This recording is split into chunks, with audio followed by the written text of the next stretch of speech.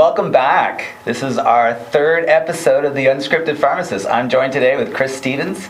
Kyle, welcome. Chris Stevenson, thank you. Sorry. Yes, go ahead, all right. Today we wanted to talk about the guidelines, like who's telling us what to eat and why. Okay, but we've had 2 episodes. Oh, all right, yes. and I am your research subject. I'm trying to learn because your motto is educate for better health. Yes. All right, I'm your guy to be educated. Absolutely. Okay, so let me tell you. All right, a little summary of what I've learned so far. Okay, in the first 2 episodes, I've learned that we as a society are like way too large. We're too fat. You know, when you look at all the countries in the world, we're like, you know, skyrocket. We're at the top, okay? Yeah. And not only are we fat, but we are also unhealthy, okay? Despite exercising the way we do, we went through a whole running boom, and you know, and gym memberships are up, yes, right? Yes, but it doesn't matter. We're getting larger and larger as time goes by. But not only that, we're becoming more diabetic. We now have a phrase that we never heard before, which is pre-diabetic. Yes, mm-hmm. and metabolic syndrome, and what did you say? 55% of over 50% Americans? of the population either pre-diabetic or diabetic, whether you're diagnosed or not. That's crazy. That's a lot. That's every other person. Yeah. So it's and more than every other person, right? And we got to reverse that. All right. So the cause, all right. This is what I've learned. Right. The cause is that what we were told to eat, our diets, okay, from the FDA, from our doctors, from our teachers, was to eat a low-fat diet and go ahead and eat lots of grains and carbs, and that's okay. Yeah. But it turns out the science says that's not okay. Right. There was no basis for that. There's no scientific evidence for this. No. In fact, the scientific evidence suggests something else, that we should be eating a low carb, higher protein, healthy fat diet, which doesn't sound right to us, okay? But that's what science is telling us. And there's real serious science out there. Now, I'm an oncology nurse, you're a pharmacist. That's where we live in the world of science, all right? So if there's not science, we're not going to sit here on television or wherever we are, YouTube, and tell you that, okay? Right. All right, so if you can change your diet, you can change your life. True. Okay? Very true. And we got to erase what you know. You have a list and let's start from the very bottom, right? Yes. That's not easy. We want to hold on to these ideas. Difficult. You know, it's a lifetime of habit that we have to overcome. But if you do, you've got this long list. There's a crazy long list of benefits that one can have just simply from changing your lifestyle. Yeah. Okay? Right. The food pyramid, it's always about, we have the perfect message, you're not following it. You're the victim, is what I would tell you. You're trying to follow it the best you can, but it doesn't work for you. Because the focus, especially when it comes to these guidelines, was all about... Here we are. There's the food pyramid. There's the food pyramid. So excessive amount of carbohydrates. The base of your food pyramid is grains. And that's what we're supposed to eat the most of, according to the FDA. Grains, starches, 55 to 60% of your diet would come in the form of carbohydrates. Shall we say, in the form of glucose. Yeah, right? Sugar, right? Yeah. Not the pure white and deadly stuff that you have like on the table, right? This is glucose and blood glucose, and we call that blood sugar. So that's interchangeable here. How much, really glucose is in all those foods that are on the bottom of that food pyramid. It's excessive, but it is inexpensive. We can feed the masses, as you see with the massive part of the bottom of the food table, the foundation, that you can feed people for really cheap, right? Yeah. We don't want world hunger, because back in the day, this world hunger was a problem, right? And when you're running for President Nixon, you don't want people hungry. That doesn't look good. No. So let's fix this problem. So what happens? The U.S. Department of Agriculture, USDA, let's call them what they are. They're the farmers, right? The farmers are going to tell you what to eat because they're getting subsidized by the government. And this whole focus on carbohydrates essentially comes from the fact that they're very low in calories. We've been fascinated with calories for so long, and I want to get into that as well. But the idea of eating less and moving more doesn't work. Because when when you talk about like energy in, energy out, if you bring in less energy, you're going to get less energy out. So we, as humans, aren't some sort of mathematical physics project here where all the food I give you, right, I should be able to see the energy that I've given you, and we should be able to just calculate how much energy you're expending, right? As when you go to the gym and you're on the treadmill, it tells you how many calories you burned. Like, that's supposed to mean something to you. Because this is what we were taught also, that if you want to lose weight, you simply have to expend more calories than you take in. Right. Yeah, calories in versus calorie out will give you weight gain or weight loss. Right. That's the Biggest Loser concept. Yeah, yes. What kind of show was that, right? But you're saying, this is, when you look at the nuances of this is not true. No, it's not. It's not a mathematical problem. And let me ask you this: have you ever seen the Biggest Loser reunion show? No, I can't say that. There isn't one. I mean, right. These people are under 1,000 calories a day, and they're exercising like crazy, and they are just shutting down, and they get so much bigger in the end. You've created a whole nother type of person here that is holding on to energy. The problem with this concept of calories is that you're not taking into consideration is that we're in an open environment. I'm giving off heat all the time. I can change the energy that I expend constantly, minute to minute, day to day. So trying to figure out like how much energy you need and then how much energy you need to take in is simply a distraction.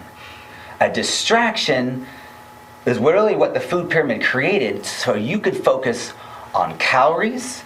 You can focus on reducing your fat content in your diet because fats are so calorie dense. They have a lot of calories per pound in comparison to, say, bread. Yeah. Bread is really not, right. They want you to think that 100 calories from Coca-Cola, sugar, or bread is equivalent to 100 calories, say, from butter, right? Or something really healthy like some meat. Yeah. Okay? So I would tell you they're not equivalent, and they never will be equivalent. We are what we save from our food. How much of this particular food are you going to save? If you drink a Coca-Cola, you're really not saving anything. Right. So what are we made of? I guess that's probably the bottom line. What are you made of? You're made up of fats and proteins. There is no cellular structure that you have that's made out of carbohydrates. That's simply energy. Fats and protein are structure, right? They help they're precursor for hormones. They're part of your cells. Man, the amount of protein that you need every single day that you don't really store very well is significant. About 100 grams of protein per day. You need to intake that in order for your body to function properly. And animal products, protein, has all of the essential amino acids. But I want to talk about that in our next lesson. Okay. Let's talk about the food pyramid. The food pyramid a little bit further. Okay, you had told me what we need to do is flip that food pyramid upside down. Explain that for me. Yeah. The food pyramid, if you flip it upside down, where you make carbohydrates the smallest amount. Yeah, what we should eat the least of. The least of. And I would love to get into why we want to eat that the least, because I think that's really important. Carbohydrates elicit a different kind of response in comparison to fats. The food pyramid had no evidence to support it. What you had was epidemiological studies. And epidemiology is the weakest form of a study. It's the weakest science that you can possibly create. It's a food survey. Yes. And these food surveys are post-World War II. Yes, and we know that if you survey someone, you're relying on their memory, and we know this is faulty. Right. So and this is not strong science. It's not strong science. And for years, we took sugar and carbohydrates and lumped them all together. Sugar should be a separate group. We need to know how many pounds of sugar is these people eating per year, right? That's the ultimate gauge as to whether or not we're going to have a problem with obesity and diabetes and cardiovascular disease. Because I'm here to tell you that cardiovascular disease is really diabetes in situ. You have the same related problem, and it's caused by sugar. Okay, go ahead. Yeah, that's wicked. Okay, but anyways, if you look at the food pyramid and their recommendations of sugar, they even say that 15% of your calories can come from sugar. And that doesn't seem like much, does it? Doesn't say 15%. That's not very much. But when you do the math, it comes out to like 75 pounds. 75 pounds of sugar is like a stack this high. Yeah, per person per year. Right. Right. That's per over a pound. Like how do you get those sacks, right? That's a lot of sugar. Yeah. And this isn't something that we were exposed to previously. Man's been around. This is arguable. Let's just say 200,000 years as a Homo sapien. Okay. We've been farming for 12,000 years. So relatively brief. Very brief. So in perspective, if you look at a football field, right? You got the 1 yard line, all the way down to the touchdown, right? Right. We started farming essentially. If you consider Homo sapiens only 200,000 years old, I would say they're more like 2 million. Yeah. But you're on the 5 yard line. Okay. You're on the 5 yard line, and now we're going to start farming. The point of the farming was to fend off against famine, and it makes sense. You can store the carbohydrates. You can use it in the event of famine so the species doesn't die off. But all of this biology up to now. Okay, so wait, back to farming. When we're talking about farming, we're talking about mostly grains here that we're talking about, which is different than what we used to eat. I'm talking about agriculture, like beginning of agriculture. When you put the corn in the ground and the rice in the ground, and we're it's making 12,000 years ago. Right. Yeah, forever ago. Okay. 12,000 years. But you have hundreds of thousands of years of biology that we lived off of something else. Yes. Okay? And we have proof for this. Right? Kind of flies right in the face of the food pyramid, which is how do you explain populations on the planet now and that were on the planet previously? What did we eat?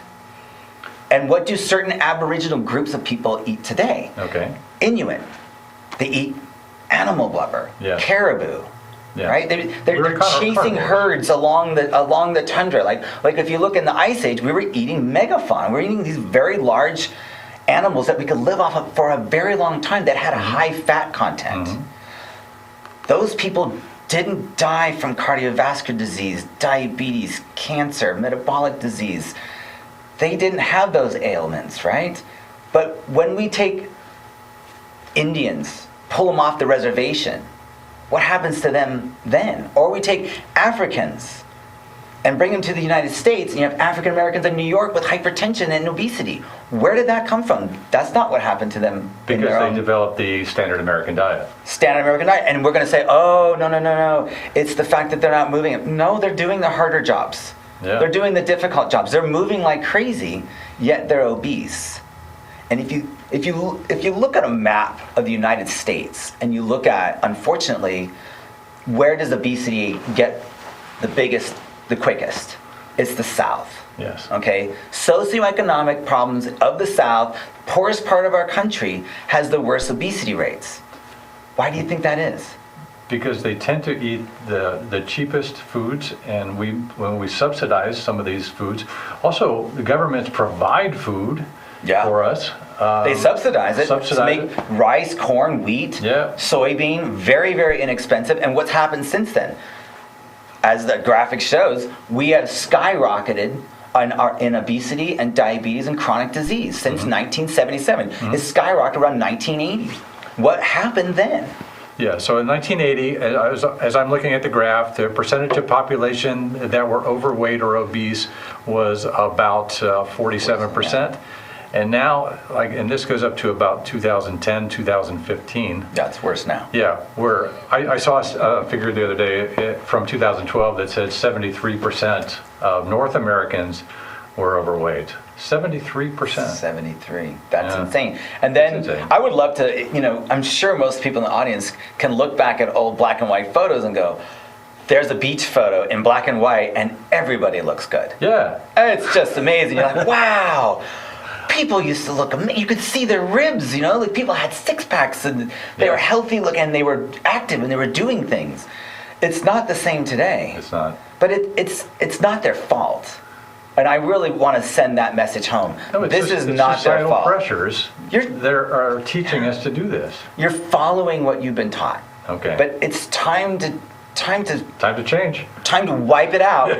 Start from scratch. And I think that's what we should be able to do on this show, is show people that you got to rethink your food. You got to really analyze what you're doing and maybe bring in some new light that will shine some light onto this problem and go, what can I do in my everyday life that can help with decreasing my body weight? Let's just call it what it is, fat mass. We want to reduce fat mass. It's not necessarily a scale and what numbers you're pulling, because that's not as important to me as the inches in your waist, especially for men. Okay? Yes. We want to reduce fat mass. We have the typical American beer belly. Yeah. Male pattern. We have male pattern baldness. We have male pattern beer belly. Okay. We see it quite often. And not everybody drinks beer. No, but it's not from beer. Right. As much, but liquid bread is a good. Yeah, alcohol is. Alcohol is the sugar. Yeah. But no, what alcohol does is it shuts off fat burning. It inhibits glucagon. So the ability of your body, once you start drinking alcohol, unfortunately, shuts off fat burning. And that's just the way it goes. All right, so I came into this program with you a little bit skeptical because I never had to deal with it before, okay? But I've come to this conclusion that we are on the cusp of a revolution in the United States, and this is not hyperbole. I'm telling you, this is not crazy talk from me. I have other crazy talk, but not this. Right. This is very similar to me from what I saw in the change in the American society when we gave up smoking.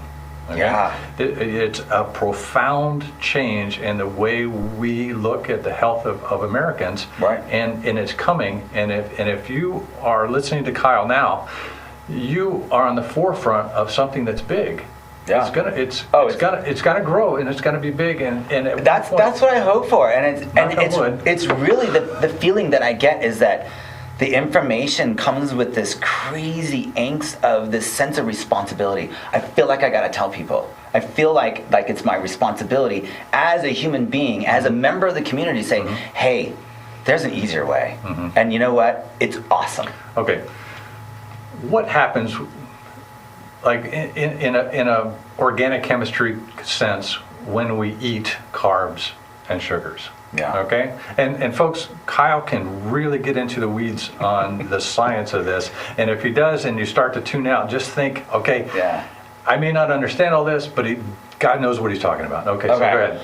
I will really say that what it comes down to is, what is your hormonal response to this food? And if somebody told me years ago, I was like, hey, man, it's all about endocrinology, it's all about hormones, I would say I know nothing. Yeah, your eyes glaze over. Yeah, glaze over. But I think it's really worth getting into, and I think let's do this on the next show. We'll talk about foods. Okay. But I want to also still talk about, like, how did everybody miss exactly what you're saying? How did everybody miss the fact that carbohydrates increase insulin, which is a hormone that causes fat storage and shuts down fat burning? How did that happen?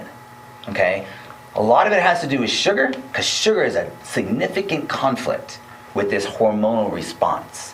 It really messes up our hormonal response to foods. Okay, but it typically takes a lot of sugar to create this problem, and many, many years. So as you look at history and epidemiology, if you have that in the back of your mind, and you go, wait a minute, they weren't measuring sugar. They weren't measuring sugar. They didn't know, and we didn't have a way of measuring insulin either. We didn't have the technology. No. We didn't even know what it was. Even today, we don't measure insulin. When a doctor orders your labs, nobody's ordering an insulin test. They're ordering a blood sugar test. And that is just, I hate to say that, it is just a snapshot in time of what your blood sugar is at that moment. Okay? It doesn't give you enough information. We have 3 months average, we call those A1Cs. But it's not as useful as we think. having the blood sugar is not. It's more of what's behind the scenes. What's your insulin level? What is your blood sugar doing? Is it bouncing all over the place? And I would love to get into do like several episodes on really looking at what foods do to our blood sugar. Mm-hmm. And now we know that. We have the technology. Technology is getting better. It's getting more and more amazing. In the beginning, we can only measure cholesterol. So of course the food pyramid said, reduce your cholesterol, because that's what you find in the arteries. Mm-hmm. Of the plaques of people who die from cardiovascular disease. Mm-hmm. And that's scary. That's true. Cholesterol, scary. You think about this emotional, wow, we could die tomorrow. I could drop dead tomorrow because of cholesterol. They're scaring you. Yes. So everybody got scared. And it was saturated fat, and cholesterol was the big problem, and it was calories, and everything was focused on everything but sugar. Then how does sugar influence your arteriosclerosis? If you're saying it's sugar and not cholesterol, all right, explain that. Yeah, that is a good long discussion. Okay. I love it. However, I will tell you, there's so many toxicities associated with sugar. Inflammation. You increase your insulin resistance. Remember, type 2 diabetes is too much insulin. Right.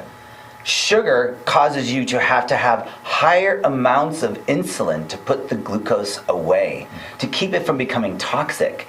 So sugar affects insulin resistance. Sugar increases metabolic syndrome, type 2 diabetes, and everything that goes with the metabolic syndrome, which is quite a bit. High triglycerides, yes, high blood pressure, low HDL, Alzheimer's, okay? I'm gonna say cancer. I know you're an oncology nurse, but I'm gonna tell you like it is. Well, it's there. We know that colon cancer is affected by your adiposity. Right. The amount of fat that we have. We know that. Right. Yes. Gout. Yes. Is not caused by too much protein. It's caused by too much sugar. We got to get this right. You can give somebody sugar and watch their uric acid and their blood pressure go up within minutes. Yeah. Why haven't we figured this out? It is the same thing as ethanol minus the buzz. It causes a fat droplet in the liver. It causes you to excrete fat into the bloodstream. Fructose, sugar does this. You can see the increase in your triglycerides go up immediately when you give somebody a bolus of sugar, fructose. Now we get back to the plaque in your arteries. Yes. The sugar. They're going to deposit there. Yes. That's if you have tons of fat in your bloodstream, and I would say if you got a chance, look at your labs.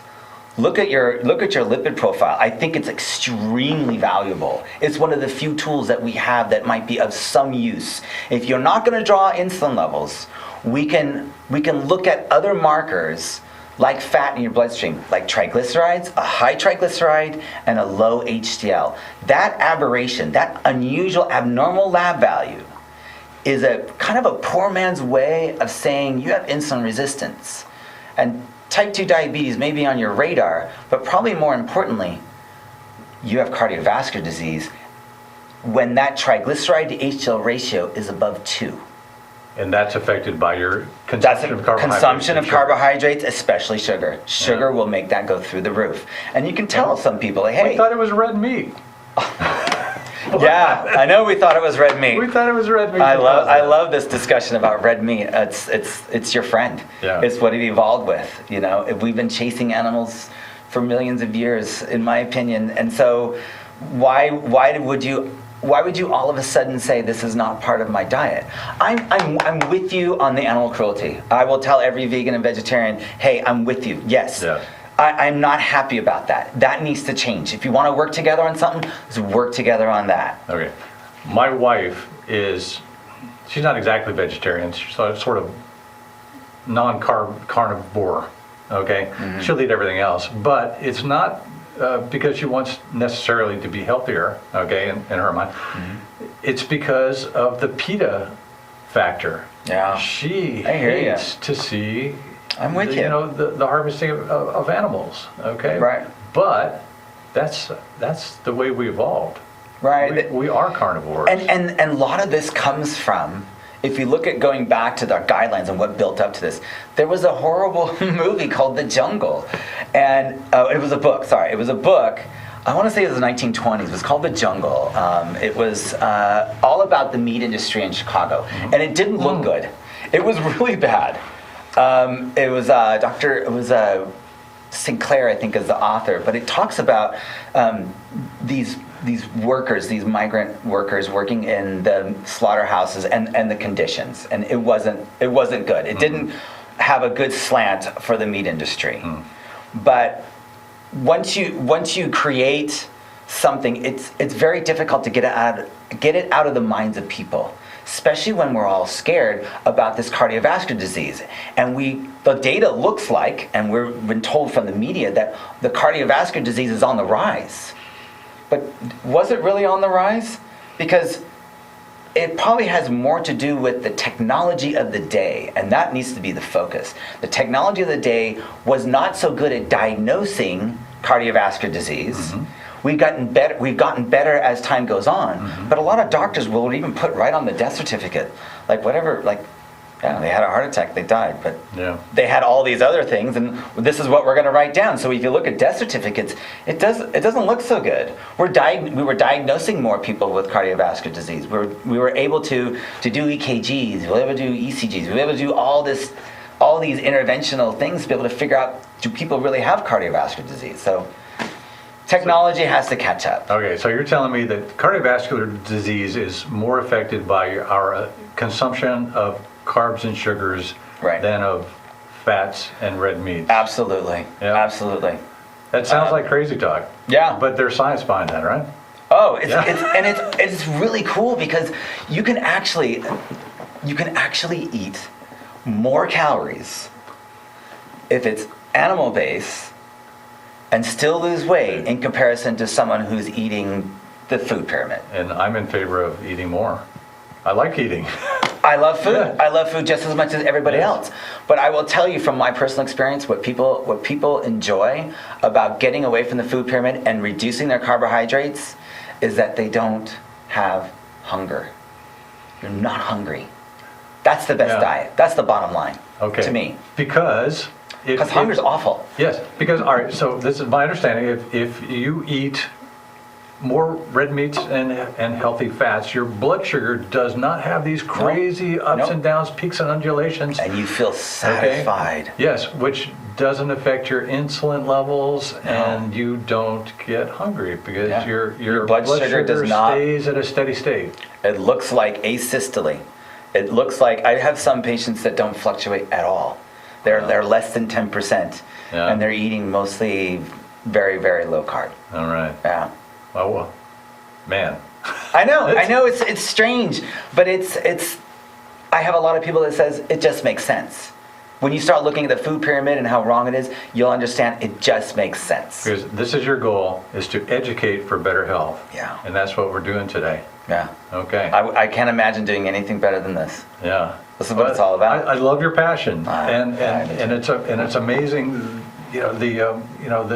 all of the technical knowledge that you have. Yeah, so I thank you. Wow. So we're going to keep it up. We're going to talk more, right? Yeah, for sure. Yes, keep going. So this was episode 3. Yeah. All right. What's coming up in episode 4? I don't know. I still want to talk about the guidelines more. I love the history of it all. But food's interesting because I think we got a lot of it wrong. Yeah. Yeah. All right. We'll get there. Okay, everybody. Thanks for watching. This is the Unscripted Pharmacist.